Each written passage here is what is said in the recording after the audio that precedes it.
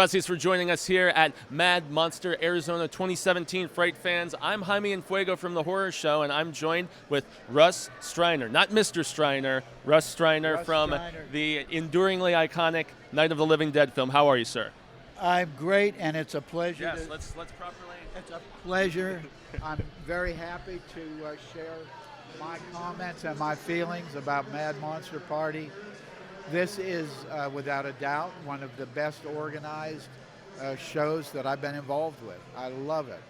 Have you done any of their other conventions like Charlotte? Or I did the show in Charlotte, and I was equally impressed with that. I mean, it's very easy to see that someone on the Mad Monster Party team is paying attention to not only taking care of the celebrity guests, but to making it a great fan experience. Yes, and the fans for this film are some of the most dedicated bunch that you will find anywhere. And Russ was responsible for one of the most enduringly memorable lines in that particular movie. Would you care to drop it for us, that iconic graveyard line?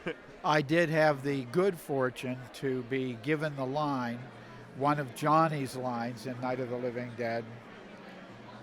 "They're coming to get you, Barbara." Some people have remembered that line, and sometimes people want me to do it. Well, we're so glad you just did, because that was awesome. That's like goosebump status for me.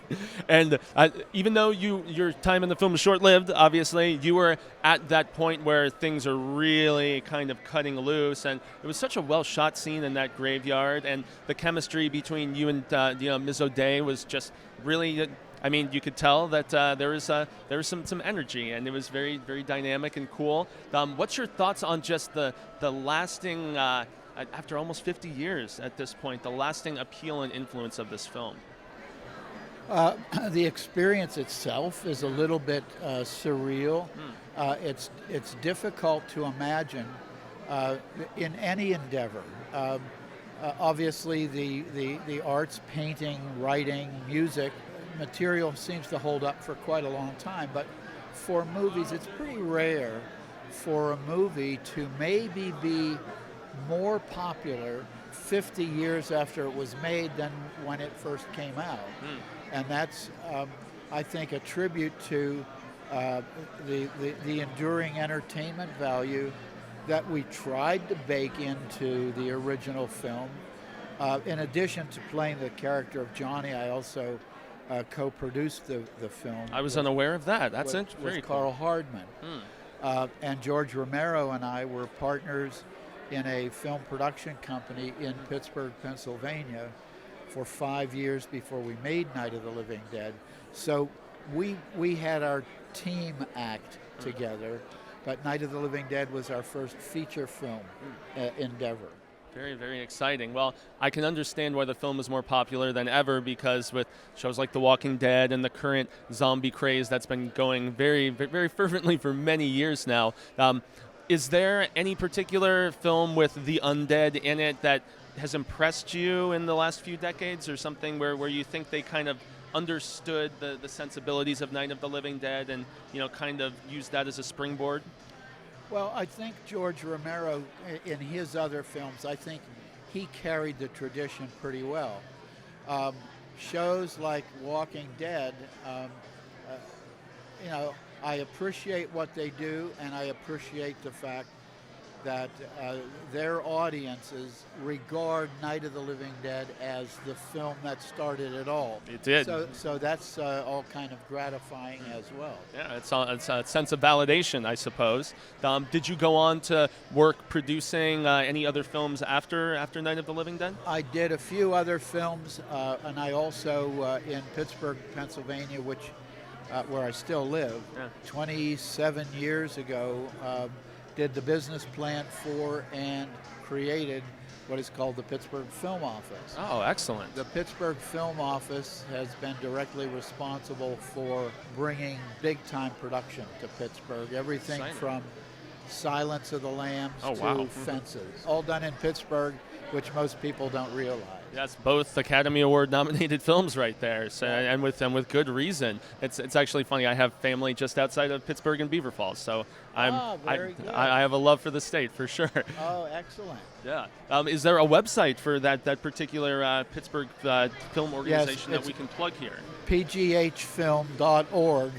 And there is, for anybody who is interested, a complete filmography of films that have been made in Pittsburgh dating back to 1914, the original Perils of Pauline, and on up to very, very contemporary films. Nice. So very comprehensive then. Including Dark Knight Rises and the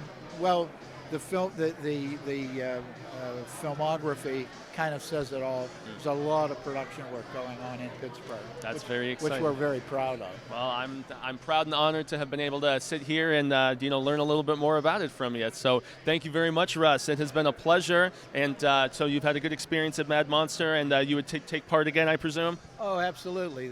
Like I said, Mad Monster, from the top organizers on down, Mad Monster Party it's a great experience for everyone. And one other plug about Night of the Living Dead, as it comes up on its 50th anniversary. Very soon, yes. We are very pleased that a 4K restoration has been done of the film. For the little indie that could. And the little indie that could, and now it is in partnership and cooperation with the Museum of Modern Art in New York City, Martin Scorsese's Film Foundation, George Lucas's Family Foundation, and the Celeste Bardos Foundation. They have helped us restore Night of the Living Dead to what we had hoped it would always look like. It's picture and sound completely restored, and we're very, very proud of it. Once again, I have been Jaime and Fuego, but more importantly, this has been RUSS STREINER from Night of the Living Dead. Thank you so very much for being here at Mad Monster with us, sir. And until more coverage is coming at you here from Arizona, stay scared. So how awesome was that interview, you guys? It's not that often that you get to talk to an alumni from one of the greatest horror movies of all time, Night of the Living Dead. If you want to see more from them, you go ahead and click on the link at the end of this episode in the last 20 seconds. I'm going to go ahead and post a link to the full panel discussion and Q&A that they did at Mad Monster, Arizona with everyone that they had from Night of the Living Dead, so you can get a full 45 to 50 more minutes of them telling awesome stories and letting you know about one of the best zombie movies ever created. So make sure you go over there and do that. That's on the Mad Monster channel. While you're there at youtube.com/madmonster, make sure you are subscribing to that channel as well, because Mad Monster's got a whole bunch of awesome horror content coming your way in the very near future on that channel, and you do not want to miss out on it. So thanks for doing that. Thanks for watching this interview, and until next time, remember, stay scared.